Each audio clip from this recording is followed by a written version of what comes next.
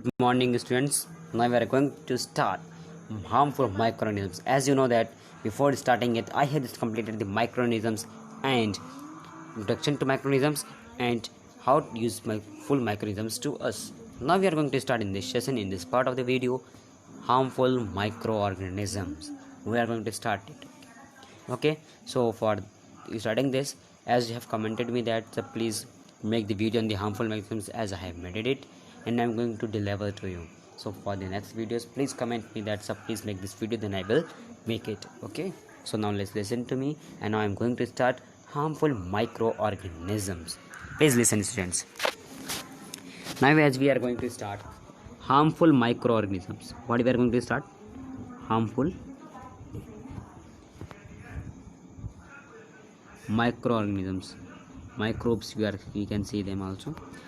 So we are going to just start harmful microorganisms. As you know that the organisms which are harmful to us, that are the harmful microorganisms, and the microorganisms that causes disease to us is known as pathogens. यानी कि ऐसे जीव जो कि हमारी body में disease cause करे उन्हें पैथोजेंस कहा जाता है. ठीक है, अब बात आती है disease causing to the first humans. किस पे आ गई डिजीज़? हमारी सबसे पहली बात हमारे आ गई ह्यूमंस पे आ गई. तो ह्यूमंस में कैसे डिजीज़ कॉजिंग होती है?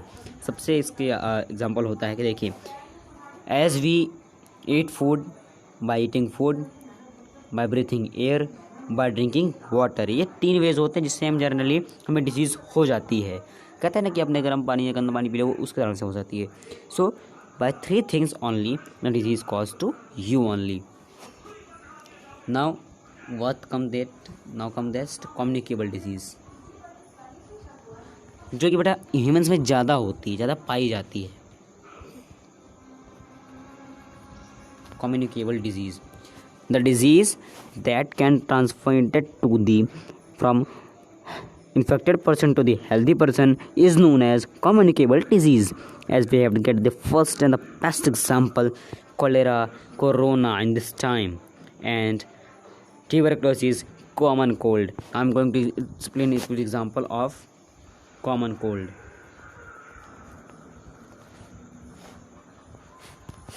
Now I'm going to start just from the example of common cold.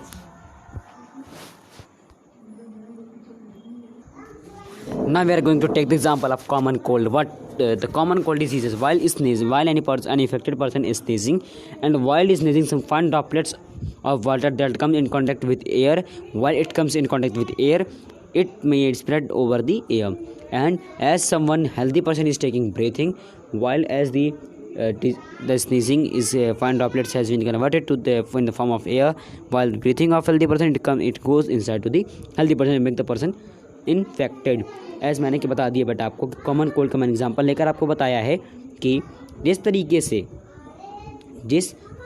से इन्फेक्टेड पर्सन अगर छींकता है तो उसके छींकने में से क्या कुछ पानी के ड्रॉपलेट्स होते हैं जो कि एयर के कांटेक्ट पे आने पे क्या होते हैं कि as come in contact with air, वो एयर के फॉर्म में आ जाते हैं. और जैसे कोई हेल्दी पर्सन ब्रीथ करता है, उसकी ब्रीथिंग के दौरान वही वायरसेस फिर उसके हेल्दी पर्सन के अंदर जाके उसे इन्फेक्टेड बना देते हैं. तो अपने कॉमन कोल्ड और कम्युनिकेबल डिजीज़ का एग्जांपल देख लिया.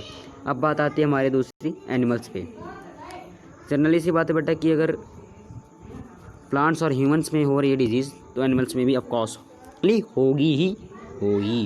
तो एनिमल्स में कैसे होता है? सबसे बड़ी इसकी सबसे डेंजरस जो है, सबसे फेमस डिजीज जो है तो एंथ्रेक्स पाई जाती है. क्या पाई जाती है बेटा आपकी? एंथ्रेक्स पाई जाती है. किसके थ्रू होती है? बैक्टीरिया. ठीक है, किसके ट्रांसमिशन में? एयर के ट्रांसमिशन. ठीक, एयर हो गया, कांटेक्ट हो गया, फूड हो गया, बहुत सारी चीज़ें आ जाती हैं. तो एंथ्रेक्स क्या है बेटा कि किसको होती है? It does in animals as well as in humans also. ठीक, फिर आता आपका फीट एंड माउथ डिजीज़, जो कि आप पढ़ रहे हो बेटा एनसीईआरटी बुक्स में अपनी, है ना. ये होती है। तो ये क्या है बेटा कि ये जो है डिजीज़ होती है किसके थ्रू होती है बेटा, वायरस के थ्रू होती है। वेट मैं अच्छे से देता हूँ। ये हैं इसके वैकेंट से जन्मदाता, वायरसेस के थ्रू होती है। जो फीट एंड माउथ डिजीज़ होती है वायरसेस के थ्रू होती है, बहुत सारे प्रेजेंसेस पे हो जाती है, ठीक है। Now then next thing came that कि जब नाउ थर्ड केम दैट जब एनिमल्स और ह्यूमंस में हो गई तो मैंने आपको बताया प्लांट्स में भी होगी ही होगी। तो क्या होगी हम इसके बारे में पता लगाएंगे आज। तो चलिए पता करते हैं। प्लांट्स में होगी तो बेटा प्लांट्स में कौन सी डिजीज़ होगी, सबसे पहले आपने पढ़ा होगा, बिल्कुल सही। देखिए पढ़ा होगा तो आप गैस कर रहे होंगे, मुझे पता है आप क्या गैस कर रहे होंगे। सबसे पहले आप गैस कर रहे होंगे सिट्रस कैंसर को। बहुत अच्छे बेटा, सिट्रस कैंकर इसे पढ़ते हैं, ठीक है। ये सिट्रस कैंकर डिजीज़ है, वो किसको होती है, प्लांट्स में पाई जाती है। किस में पाई जाती है, प्लांट्स में। किसके थ्रू फैलती है बेटा, ये bacteria in contact of air.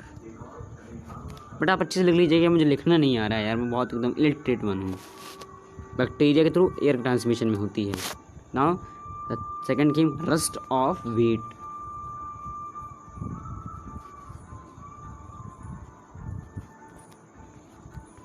Rust of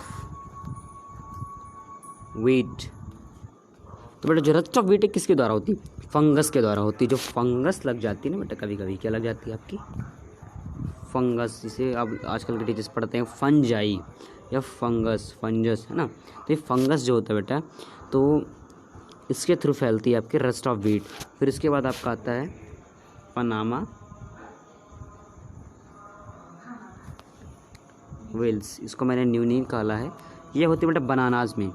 इसमें क्या होता है बेटा, बनानाज में लगने के बाद स्टेम और उनके रूट्स पे लग जाती है और उसे ब्राउनिश बना देती है, ठीक है। देखिए ब्राउनिश बना देती है, जिसकी वजह से बहुत कमज़ोर हो जाते हैं। यही है आपका पनामा वेल्स। नाउ बेटा term came that how we can prevent it.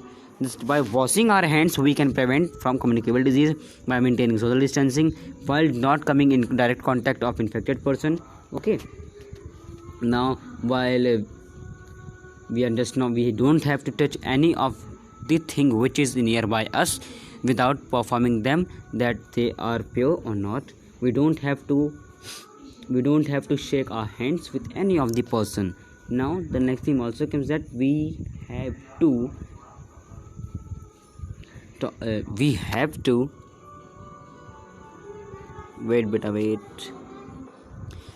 to keep distance from the infected person. मैंने आपको ये 2-3 चीज़ें बार बार रिपीट करके बता दी है, आप इसे ध्यान से सुन लीजिए। अगर एक बार तो मैं आपको फिर से रिपीट कर देता हूँ। देखिए, we have to wash our hands. Second, we have to make distance from infected person.